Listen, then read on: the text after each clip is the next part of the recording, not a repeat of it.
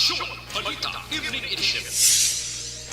Magadulong sa inyo sang mga nagapanguna nga balita lokal, national, international, sports, kag entertainment. Aksyon! Aksyon! Balita Evening Edition. Kag karon ang inyo news team. Una sa balita, una sa aksyon.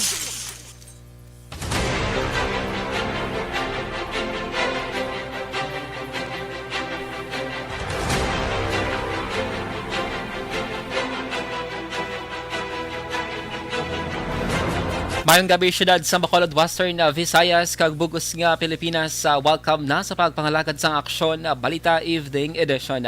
Karon nga adlaw Miyerkules, Desyembre 7, 2022. Makita kita live sa mon official Facebook page kag sa YouTube channel ng Aksyon Radyo Bacolod, kag mabatian mo sa www.actionradyobacolod.com.ph. Kaming inyo mga tag balita. Aksyon and Defensor Lisa. Kag Action Dale Salazar para sa mga pangulong dinalan na una kita sa mga balita lokal. Experimental truck ban sa Bacolod ipatuman umpisa sa Lunes nga adlaw. 6.9 milyones pesos balanse sang 14 kastol sa Manukan Country. Sa balita national, selebrasyon sang Pasko ginatanaw nga mas masulhay sa piyak sang COVID-19 pandemic. National Housing Program magabaton pondo gikan sa GSIS, SSS kag Bangko. Una sa balita, una sa aksyon. Action Radio Philippine Standard Time lasay sa 1 kagkaron sa detalye na sang mga balita lokal. Magalawig ang oras sang truck ban sa may syudad sa Bacolod umpisa sa Lunes nga adlaw. Sa press conference sa subong hapon, ginpahayag ni Police Major Junji Liba ang pamuno sa Bacolod Traffic Authority Office sa Bitaw. Ipatuman ang truck ban na umpisa alas 6 ang aga tubtob alas 9 sang gabi. But silingon na pwede lamang mga truck makalabay umpisa alas 9 sang gabi tubtob alas 6 sang aga. Sa idalam sang City Ordinance 542 kung truck ban ordinance, ginapatuman ang truck ban alas 6 sang aga tubtob alas 8 sang aga kag alas 4 sang hapon tubtob alas 7 sang gabi. Pero suno kay Liba sa idalom sang ordinansa may 14 ka mga exemption sa truck ban, lakip na kon emergency vehicle naga-deliver sang mga goods kag iban pa. Ang adjustment sang truck ban kon experimental ang nalakip sa ginkasugtan sang Bacolod Traffic Authority Council kon Bitaka sa ilang pagsinapol kahapon nga adlaw Martes. Ang amon implement also experimental man na diretso na ta from 6 o'clock to 9 o'clock in the evening. So wala na sa window. So all trucks, delivery trucks, cargo trucks will be allowed na lang to pass through Circumferential Road from 9 in the evening up to 6 a.m. Nabatian si Police Major Junji Liba ang head sang Bitaw. Ginpahayag ni Mayor Albi Benitez nga ang bago nga plano kon adjustment sa traffic plan sa syudad sa Bacolod magalawig sang tubtob isa ka bulan. Sa press conference, ginpahayag sang alkalde mayara sang ordinansa ang syudad nga makawatuman sang 90 ka adlaw nga experimental sa traffic plan. Kag suno pa diri nga kung necessary ang plano o kung necessary ang plano padayunon kag kung hindi ini ang i-terminate o kung amyandahan. Dugang pa ni Benitez, iningatikang ang bangod sa napaabot nga traffic subong holiday season. Ginabulwanta ni Major Junji Liba ang pamuno sa Bitaw nga 30-40% nga maibanan ng trapiko sa Bacolod sa pagpatuman sa experimental traffic plan sa masunod nga semana. This plan is good for 1 month, and if it is necessary, we will continue. If not, we will terminate or amend. No. But as of now, this is a 30-day plan. Ang kabahin sa pagpahayag ni Bacolod City Mayor Albi Benitez. Ipatuman man sa ang Bacolod Traffic Authority Office sa Bitaw ang one-way traffic scheme sa pila ka mga dalan sa may Bacolod City. Ang nga plano ang ginkasugtan man sa pagsinapol sa Bitak kon Bacolod Traffic Authority Council. Kahapon nga daw Martes, kaupon si Mayor Albi Benitez. Sa press conference mong hapon, ginpahayag ni Major Junji Liba ang pamuno sa Bitaw. Ipatuman ang one-way traffic scheme humalin sa may North Capitol Road bakado sa may Bias Aquino Drive. Samtang ipatuman man ang one-way padulong sur nga direksyon humalin sa Bias Aquino Drive tubtub sa may North Capitol Road. Suno kay Liba, magapatigayan pa sila sa clearing operation sa lugar antes ipatuman ang plano umpisa sa Lunes. Strikto man nga ipatuman sang Bitaw ang no parking policy sa may dalan Lacson. May masobra 6.9 milyones pesos pa ang nabili nga balanse nga utang sang 14 ka mga stall sa Manukan Country. Inibase sa pinakaulihing nga record sang City Treasurer's Office. Sa press conference, ginpahayag ni City Administrator Pacifico Maghari III, antes nagsulod ang karon nga administrasyon, may mga negosyante nga hindi original o original awardee. Sunod kay Maghari, nag-issue sila sang Certificate of Recognition kag regular man ang deliberation sang Local Market Committee. Kasunod nga wala pa sila nag-issue o kung naka-issue sang Contract of Lease. Sunod kay Maghari, ini ang hindi lamang sa bahin sa Manukan Country kundi dakip man sa 3 kadalagko nga merkado sa Bacolod. Target sang City Administrator nga maka-issue sang Contract of Lease sa pagsugod sang 2023 kaya ginakonsiderar diri ang pagbayad sa mga negosyante. Sa bahin sa Manukan Country, ang compromise agreement nag-umpisa sang Nobyembre kag kun 2 ka bulan nga wala magkabayad sa monthly amortization, sila ang liwat nga pagasiradaan.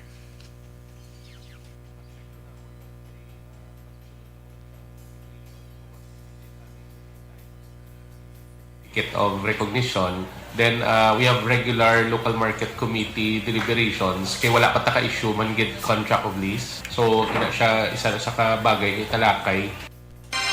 Ang kabahin sa pagpahayag ni City Administrator Pacifico Maghari III.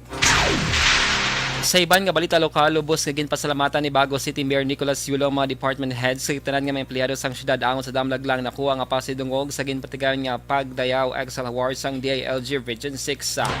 Suno kay Yulo ining award ang naging resulta sa naging maayo nga performance sang ilang mga empleyado nga mo ang naging frontliner sa paghatag sang serbisyo sa mga bagonhon. Sa ginpatigayon nga awarding ceremony, nakuha sang Bago ang first runner-up bilang best performing city sa may Western Visayas. First runner-up naman, excellence sa environmental governance. Second runner-up sa excellence sa public safety, peace and order. Kag second runner-up sa excellence sa local legislation. Second runner-up sa excellence sa social governance. Samtang nangin kampiyon naman sa excellence in administrative governance. Kag excellence in economic governance. Ginapaabot man sang alkalde nga magapadayon ni nga performance sang ilang mga empleyado sa idalom sang iya administrasyon. Ginbuslan ni Jail Senior Inspector Mark Malhabor bilang spokesperson sa Bureau of Jail Management and Penology sa Region 6 si Attorney Jairus Anthony Duhilio, epektibo Desyembre 1. Sunod kay Malhabor, siya isa man kabugado, chief asang paralegal sang BJMP, kag Regional Hearing Officer. Dugo pantis ma-assign bilang spokesperson, siya ang nagserbi nga jail warden sa Dumangas District Jail. Samtang si Duhilio gina-reassign sa karon bilang jail warden sang Iloilo City District Jail Male Dormitory. Sa piyakabahin, ginpahayag ni Malhabor nga sa karon nag-prepare na ang BJMP facility sa nagahinapit nga daw sa Pasko.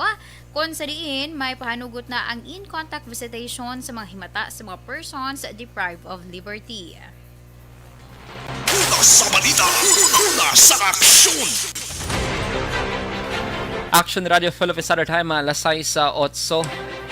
Gina problema mo balang mataas nga blood sugar level, mag-take na sang DTX. Pag champion ang ginamit mo, may pagkakataon kang maging milyonaryo. Champion na, milyonaryo pa! Ilagay sa isang papel ang iyong name, age, address, phone number at pirmahan. Ilagay sa isang white legal-sized envelope at lakipan ng alinman sa mga required proof of purchase. Kasama dito ang tamang bilang ng empty sachets, wrappers at mga pouch ng Champion Superpower Detergent at Champion Antibacterial Fabricon. Sa labas ng envelope, ilagay ang promo title, ang POP na ginamit at MBC station na yung pinakikinggan. At ihulog ang iyong entries sa mga drop boxes na makikita sa iyong mga favorite MBC radio stations. Mas maraming entries, mas malaki ang chance mong manalo. Mamimigay kami ng 1 million pesos sa ating grand draw at libo-libong piso pa in cash sa mga weekly draws na magaganap sa mga MBC radio stations nationwide. Champion na, milyonaryo pa. Champion, tapat po sa inyo. Brought to you by Champion Supra Power Detergent with X-Stain Technology at Champion Antibacterial Fabric Conditioner.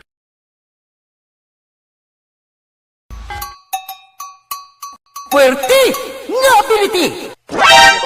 Kasaysayan nga gipadala sang atong mga tagpalamati sa matag adlaw nga pagpangabuhi. Suno sa ila abilidad kag kun anuman nga mga diskarte nga mabuhi, maayo man o kun hindi. Ang tawo may abilidad. Kung imo inisaksihan kag panilagan ang ability, duna kag yara nga daan sa halos tanan. kung ano man ang imo abilidad o kung diskarte sa kabuhi, magpamati sini nga palatuntunan kay mahimo ang imo abilidad kag diskarte, hindi na makapaayo sa sinuman kag ini halit na nga imo pagahinulsulan. Pwerte nga ability kada hapon pagkatapos ng drama, Timbangan sang Katarungan.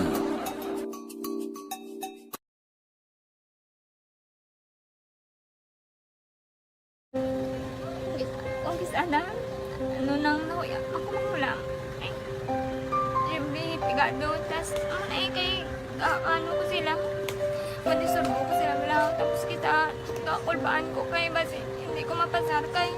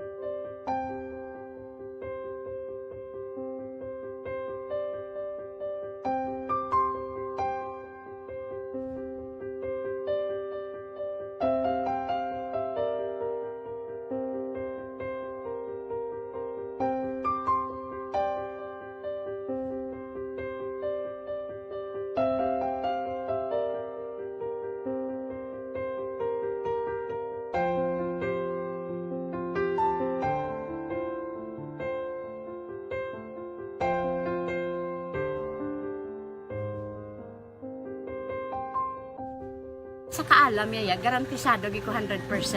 Pero ang kapigaduhon, ang maginanggaduso nga do, hindi yagin matuman ang handog niya. Pero permedi siya, gaano sa Ang inyo? permi siya, kaya hinablos ko siya. Pero Oo. balik hindi man ko kabulig siya financially.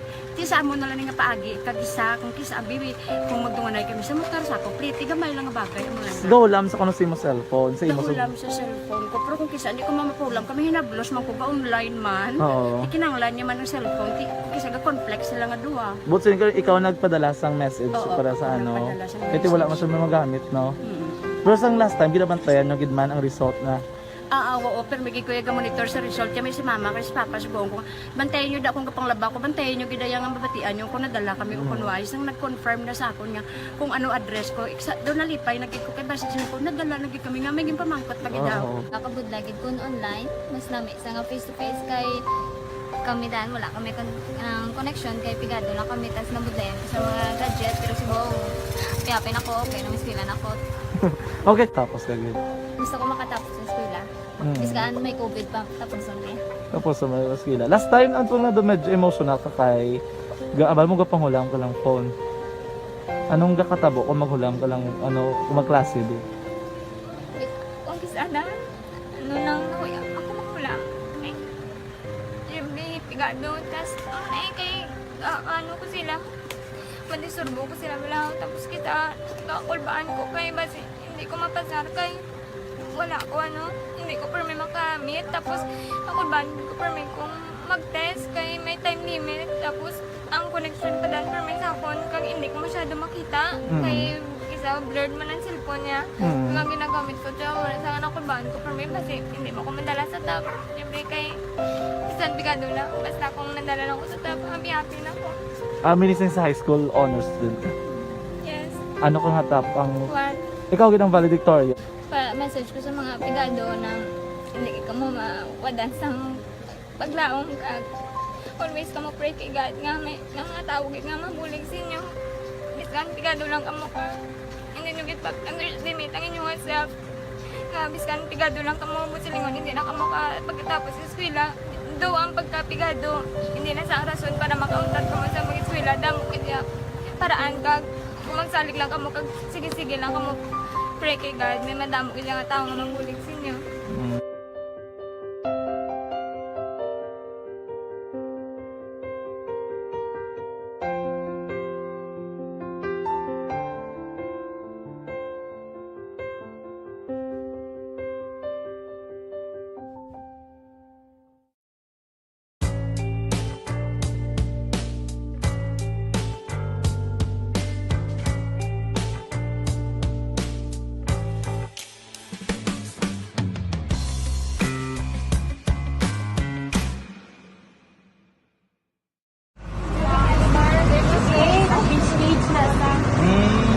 For every shared story is an inspiration for many.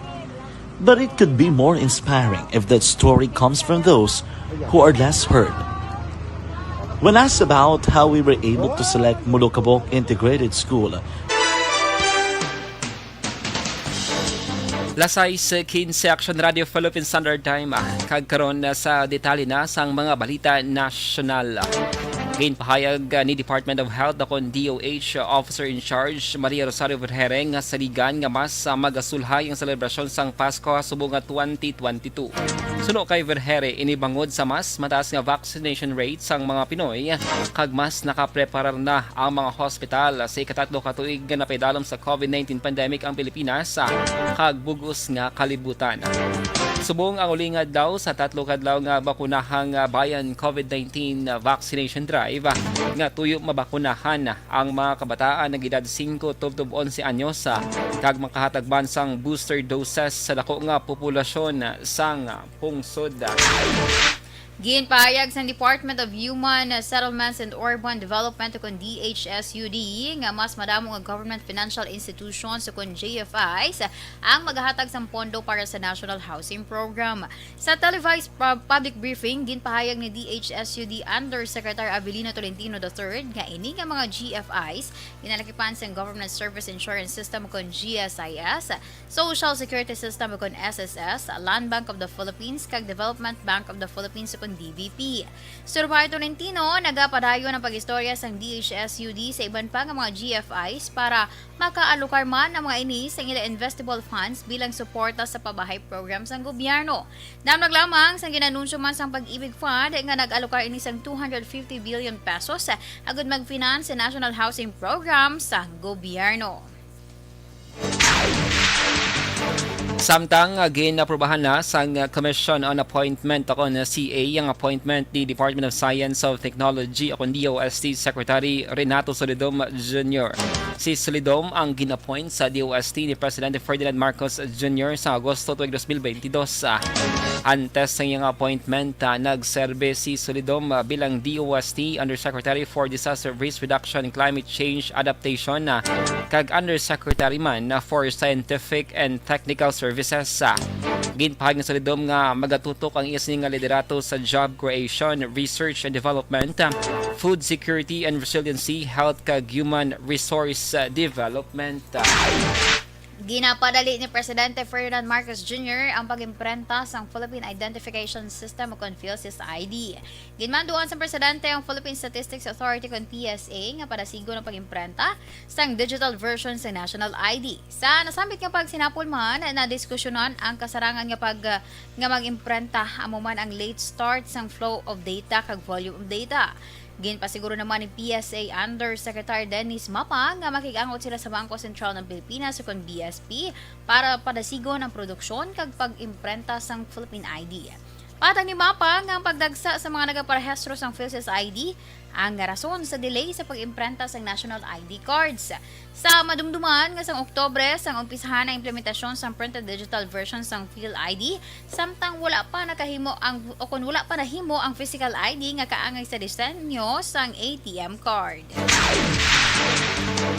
Nagsumeter sa ilang committee report ang Senate Women, Children and Family Relations and Gender Equality Panel nga nagarekomendar sa pagpasar sang sexual orientation, gender identity and expression and sex characteristics sa Sodjiska Equality Bill. Sunod kay Senador Risa Hontevero, sa 24 ka mga senador, 19 diri ang nagperma nga nagatugot sa pagpasar sa mga hagna. Ginpahag sang senadora nga nagakalipay siya sa pagsuporta sang iya kaangay nga senadora. Kadungan man sa pagpahayag nga 2022 na kag dapat ang mga lahi sa Pilipinas ang nagasanto sa realidad sang kultura. Sa atong 18 Congress, 8 lamang ka mga senador ang nagperma sa committee report. Samtang Sanday Majority Leader Joel Villanueva kag Senate President Juan Miguel Zubiri naman ang nag-signed with reservations o kung nagpabutyag sang ila intensyon nga mag-interpellate. Magabatuman sang no-leave policy ang Philippine Coast Guard para sa mga tinaw sinihalin sa Disyembre 15. So na kay PCG Commandant Admiral Artemio Abo, ini para masiguro nga matawhay, luwas kag komportable ang biyahe sa mga pasahero nga magapauli sa ilatag sa kaprobinsya sa karon nga Pasko. Sa karon, naka-heightened alert status ang tanan nga PCG personnel sa tanan nga Coast Guard District Station kag substation sa Bugos nga Pungsod. Magalawig ang no-leave policy tubtub Enero 7, 2023. Buot silingon, na-deploy ang 25,000 ka mga PCG personnel sa madamo nga tawo sa mga pantalan, passenger terminal, kag iban pa nga mga transportation hub. Payag ni Abo nga kundiin kinahanglan ng ila serbisyo, yara sila. Ang amo nga sakripisyo nagapakita lamang sa pagpatuman sa ilagin sumpaan nga serbisyo sa pungsod na unahon ang pangkinahanglan sa pareho nga mga Pinoy sang sa kaugalingon nga interes. Una sa balita, una sa aksyon.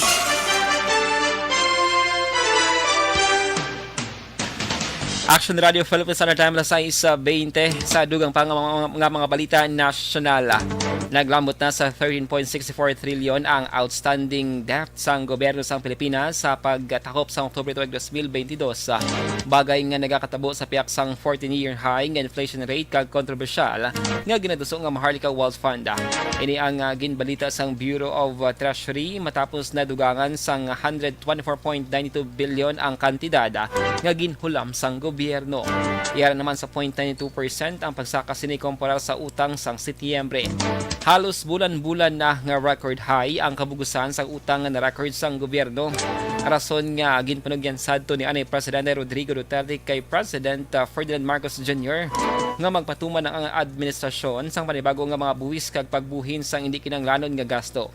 Ginpahagman sang ahensya nga nadugangan sang 54.58 billion ang domestic debt dahil ukon bangod sa net issuance sang government securities nga nagabalor na sang 55.83 billion. Samtang nabuhinan na may nisang 1.25 billion nga resulta sang local currency appreciation kontra sa dolyar. Ginapangabay sa karon sa isa ka ekonomista nga ipathag sa gobyerno kung ano nga sa ang sovereign funds kagagtuyo sa pagtukod sini antes pa ipasar bilang layi. Suno kay International Investment Banker Stephen Quanjiang, kinahanglan nga klaro kung ano ang Maharlika Investment Fund kag duso sini nga ipaagi sa debate ang katuyuan sang pondo. Patag ni Quanjiang ang naglain-lain nga sahi sang investments nagapangita man sang lain-lain man nga expertise. Subuman kinahanglan ni konsiderar ang return and risk depende kung ano ang handom sang gobyerno. Sa naibaluan, ginpakamalaot sa karon sa nagkaroon nga personalidad kag grupo nga nadusong hagna, ilabi pa nga ang pondo nga kuhaan ang magahalin sa Government Insurance Service, Social Security System, state-owned banks kag iban pa nga government financial institutions. Samtang ginkompirmara ni Secretary Ivan John Uy nga nag-resign bilang Department of Information and Technology kundi ICT Undersecretary for Policy and Legal Affairs si Jose Vicente Salazar. Ang resignation letter ni Salazar ginbasa sang Committee Secretary kadungan man sang motion ni Committee Chair Negros Oriental Representative Manuel Sagarbarria. Sa sulat na patsan sa November 23 kinaka-address kay Presidente Ferdinand Marcos Jr. pagi kay Uy, nag-resign si Salazar tungod sa delikado nga health situation sa iyang asawa. Nasadman sa sulat nga ginapangabay ang pasensya o presensya ni Salazar sa iyang asawa para sa healing process. Duha ka Japanese fighter jets ang naghugpa sa duta sa Pilipinas sa unang nga kahigayunan halin sa World War II. Inibilang parte sa kooperasyon sa tunga sang Japan Air Self-Defense Force ug ASDF kag Philippine Air Force. Tuyo sa pag-aabot sa duha ka mga fighter jets ang mga matibo ang mutual understanding kag defense cooperation sang duha ka nasyon. Ginpahayag naman ni Philippine Air Force Commander Colonel Leo Fontanilla nga magapadayon ini sa pagtrabaho sa ASDF agud mas mapasangkad ang pag-abinay kag partnership. Suman mapabakod ang duha ka Air Forces para sa epektibo nga pagpabilin sang kalinong kag stability sa rehiyon. Una sa balita, una sa aksyon. Action Radio Philippines Standard Time alas 6:24 kag para sa aton yung Christmas countdown 18 days ang nabilin mga ka-aksyon antes ang Pasko kag may 25 dias ang nabilin antes naman ang New Year's Day. Lasay sa 24 Action Radio Philippine Standard Time. Inyo na batian ang kabugusan ng mga balita sa Action Balita Evening Edition. Karon nga daw, Desyembre 7, 2022, sa liwat kaming inyo mga tag-balita. Action and Defensor Lisa. Tag-Action Day sa Lazar, una sa balita, una sa aksyon, sa Bacolod Action Radio. This portion is brought to you by ACS Manufacturing Corporation.